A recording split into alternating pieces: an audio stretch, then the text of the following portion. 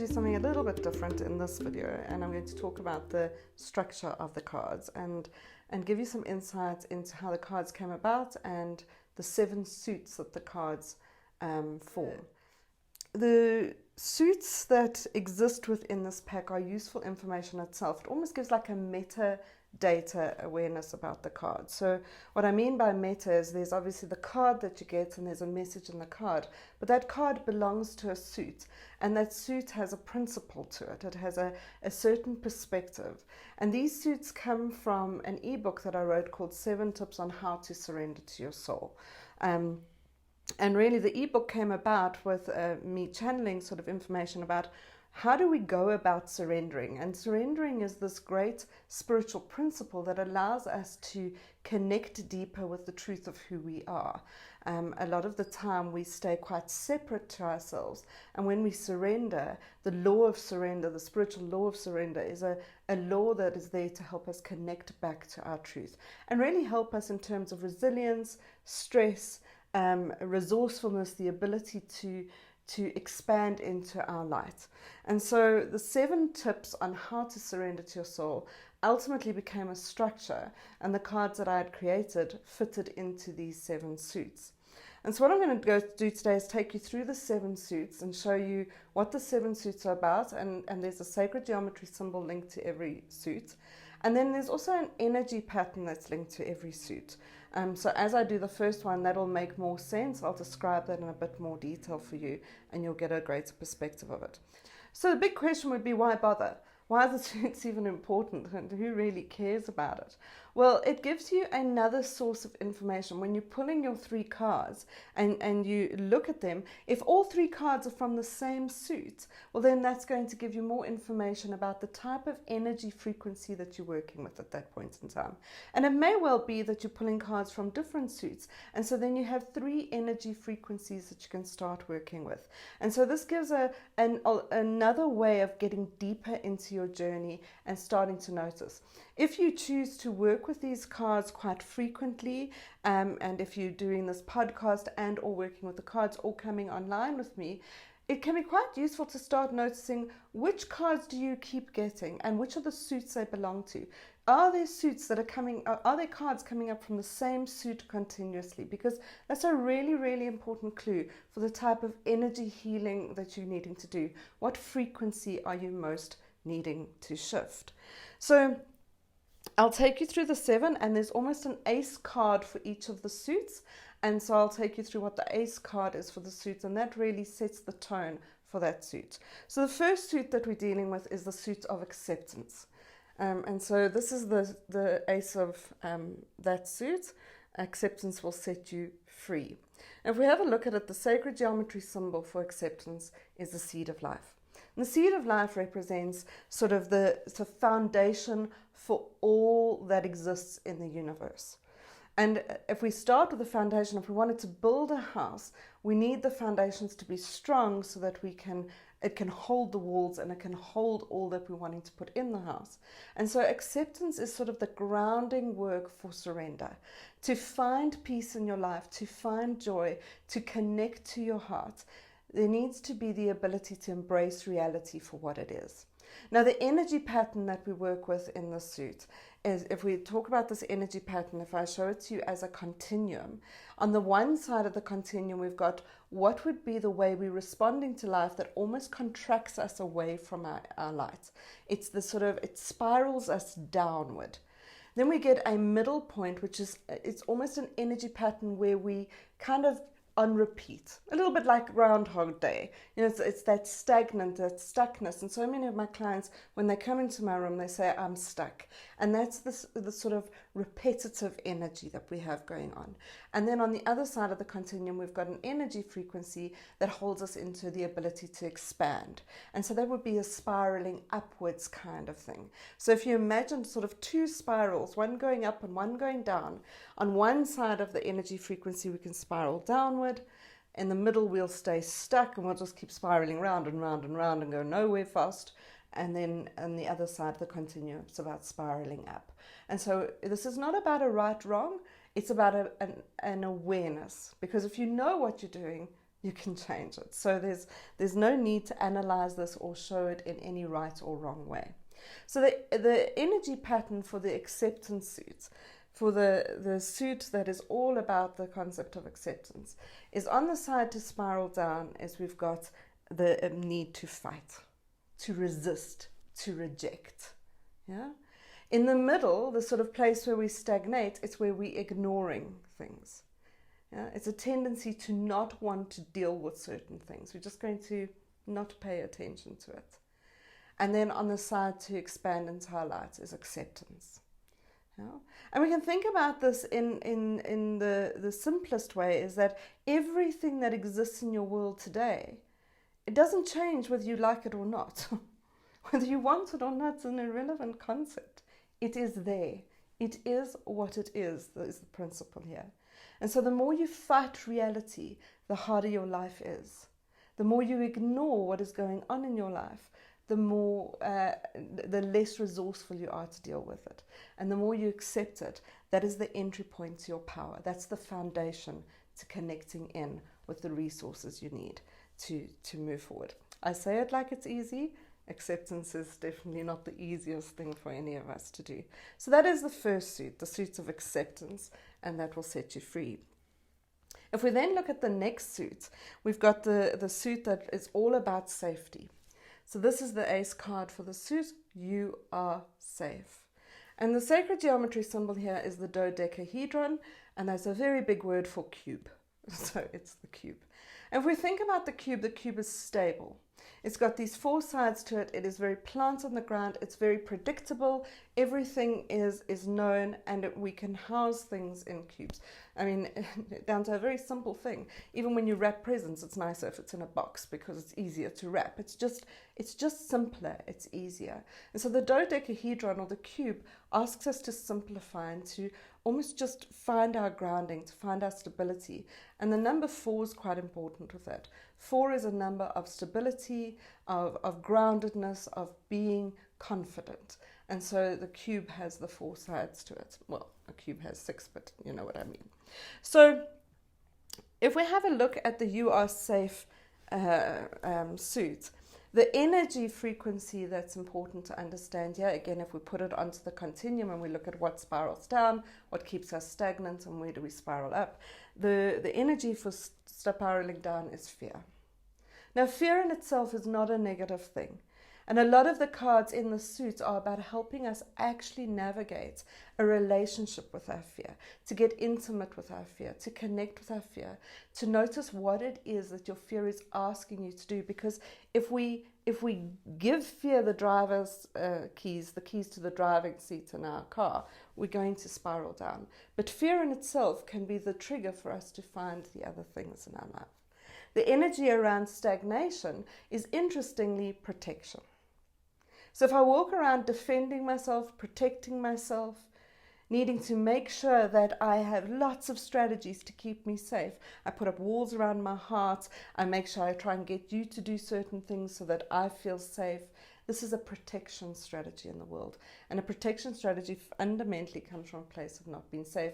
And we keep recreating the same instances in our life. And then we get the expansion, which is about trust. And this is really about the choice of trust.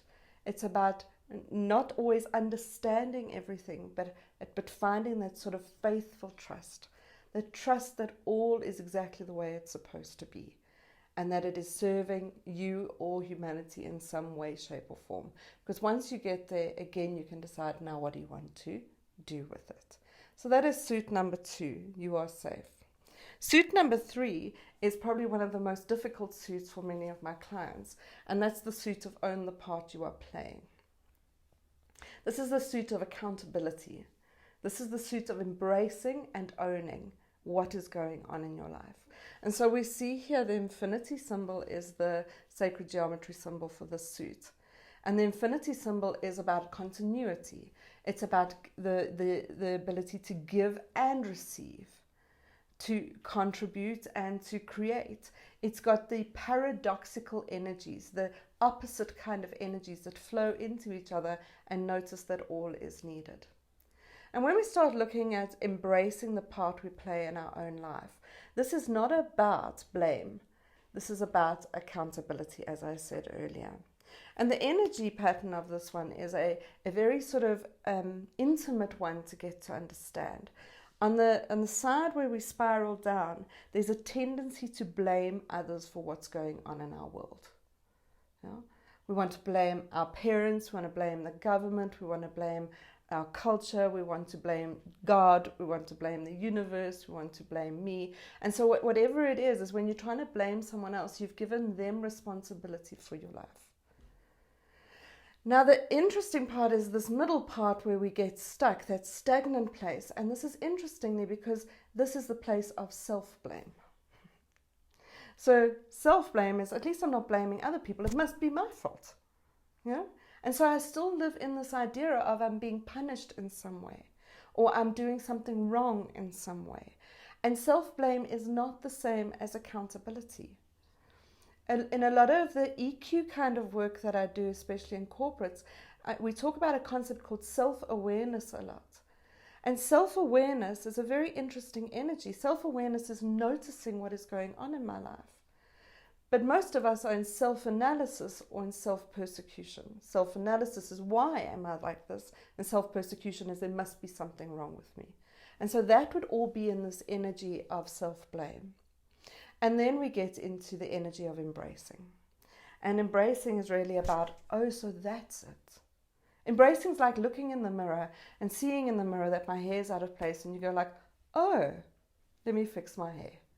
You don't blame the mirror. You don't go to stupid mirror, why is it showing me my hair like that? It's an embracing energy. It's an accepting energy, and it's one of bringing things closer and almost making love to them in a way.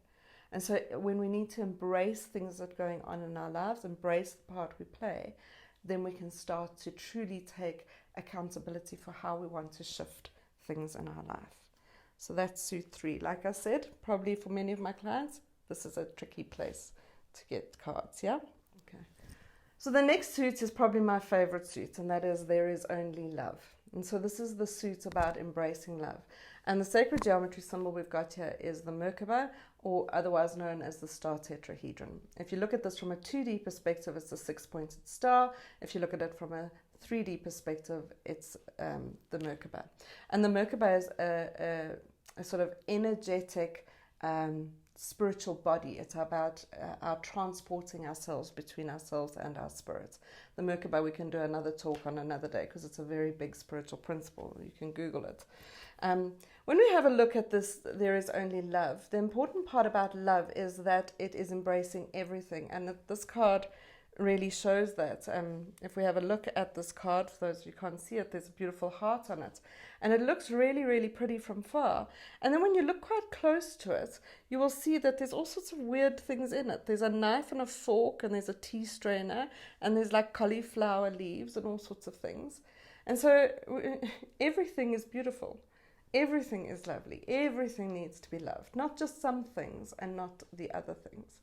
And this is the love in an unconditional bias, not in the sort of way that we do love in the physical realm, which is in a very conditional perspective.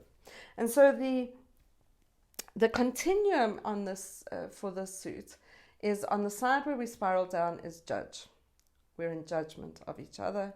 We're in judgment of ourselves. And judgment is something we all do as human beings. We don't need to judge our judgment, but we do need to notice that when we judge something, it keeps us very separate from integrating it. When we judge another person, we put ourselves on the opposite side of something to them. When we judge ourselves, we have quite a critical way of navigating life with ourselves. And so judgment is this, it blocks love. Yeah? The middle sort of the place where we get stuck is when we manipulate. And so manipulation is the energy of trying to make sure somebody loves me.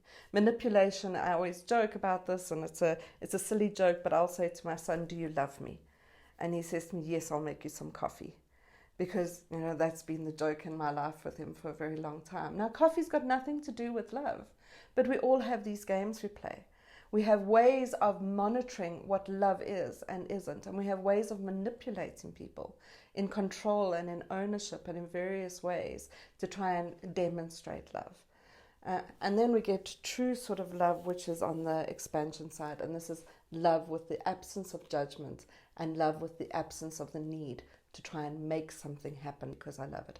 I love for free is the principle that expands our light. And so how do I love everything? And love for free becomes a very, very important part of this growth journey.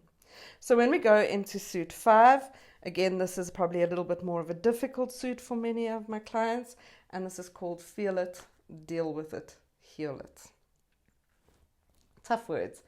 The symbol for this is yin yang. So the yin yang symbol is a well-known symbol of integration. It's about wholeness.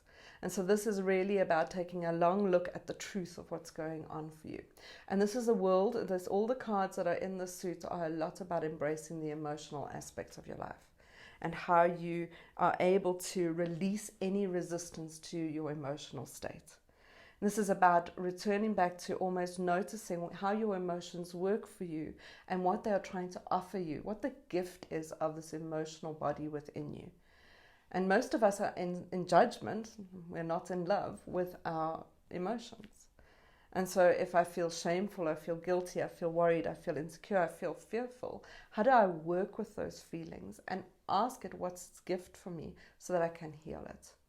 And in my spiritual journey, certainly when I read the words, I can't remember where I read them from, where healing requires feeling, is you can analyze things to death. If you don't deal with the feelings of them, they just keep repeating themselves in your life. And so the continuum for this is on the side where we spiral down is we withdraw, we reject, we go numb, we just don't want to deal with things.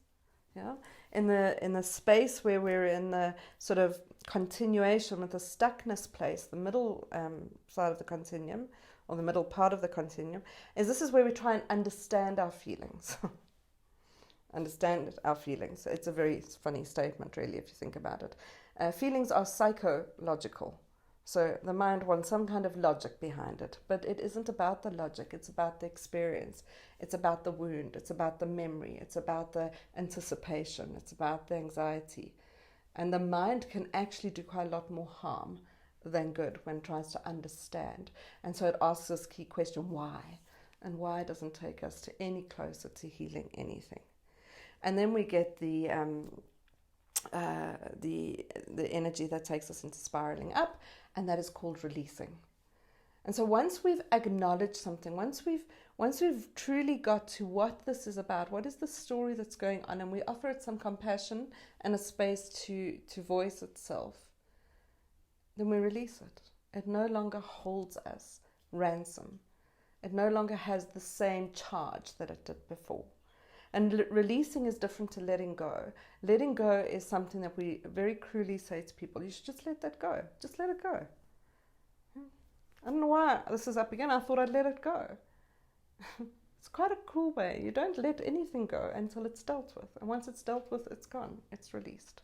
And so this is a pattern of, and it takes a lot of patience and compassion and kindness to work with this suit. The next suit, the 6th suit, is called Connect. It's about connecting to your intuition. This is about navigating life by the truth of you and really connecting to the wisdom of you and the inner knowing within you. And to trust that. The sacred geometry symbol is the Vesica Piscis. The Vesica Piscis is all about a portal. It's 2 overlapping circles. It's 2 circles that when they overlap, they form a portal. And that portal becomes a place of transformation. And so this is a place of integration. This is everything to do with the suits. It's about pulling things together and getting connected back to yourself. Most of the time, we're quite fragmented in our energy. We're quite disconnected. Our mind wants us to do this. Our heart wants us to do that. Our body wants to sleep, whatever it is. This is pulling it all together and trusting the part of us, that the essence of us, the glue of us, that does know what to do, that can navigate life by a place of truth and calmness, not by a place of freneticness and anxiety. And so the continuum for this suit is on the side where we spiral down is the struggle, So the struggle is where everything needs to be, there's a great statement that says, you do not need to struggle so much in life. But we make everything a struggle. It's difficult and it should be different and I don't want it this way, etc., etc. In the middle continuum, we've got attachments. So this is a very, very interesting energy. What are you attached to that gives you the ability to feel like you can do your life on your terms? This may be a dependency on a person. It may be a dependency on a job. It may be a dependency on something that's not good for you, like drugs or alcohol. But these are things that we've attached to as false sources of energy, false sources of data, false sources of information. And they can keep us quite repetitive. We may keep going back to the same book, for example, and we keep looking for answers there. And it's an attachment to outside of you to give you the information you need to make decisions about your life. And then we've got connecting on the space where we spiral up, and that's connecting to your truth. It's becoming the boss of you. It's becoming the source of knownness in you, that you know what you need to do in your life, and you can navigate it from an internal reference as opposed to an external reference. And so the last suit, the suit of expansion, is the choice is yours to make. The sacred geometry symbol here is the expansion symbol called the Fibonacci spiral. The Fibonacci spiral is a spiral that expands out by exactly the same amount continuously and in this ever-increasing spiral. And that really articulates how the soul wants to grow, how the energy wants to expand in life, as opposed to this step process of growth that the mind wants. There's this expansion of love, expansion of light, expansion of peace. And this is all about noticing, how do I expand or withdraw from my life?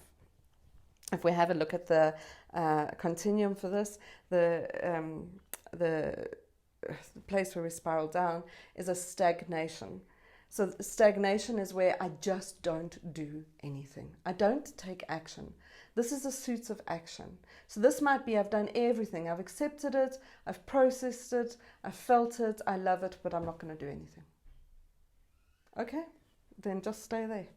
And then it almost just comes to a place of halting. The middle place is where I just keep doing the same things over and over. And I see this so much in my clients, is that we'll go through so much work for healing to happen. And then the unconsciousness kicks in and I just keep doing the same thing every day. So I'm just on autopilot. I'm just repeating myself. I don't make any tweaks or changes. So it's different to the spiraling down, because there I won't do anything. Here, I just don't even know to do something different. I just keep repeating. I go into the meeting, I say the same thing. I come home, I behave the same way. So there's no integration to action. Whereas on the higher continuum, on the continuum of expansion, is we do expand, and that expansion is about, I choose to act with intention. If I know something I'm doing is not working, I choose to step into the vulnerability of doing something differently. And I take a small step every day to take action to shift my life.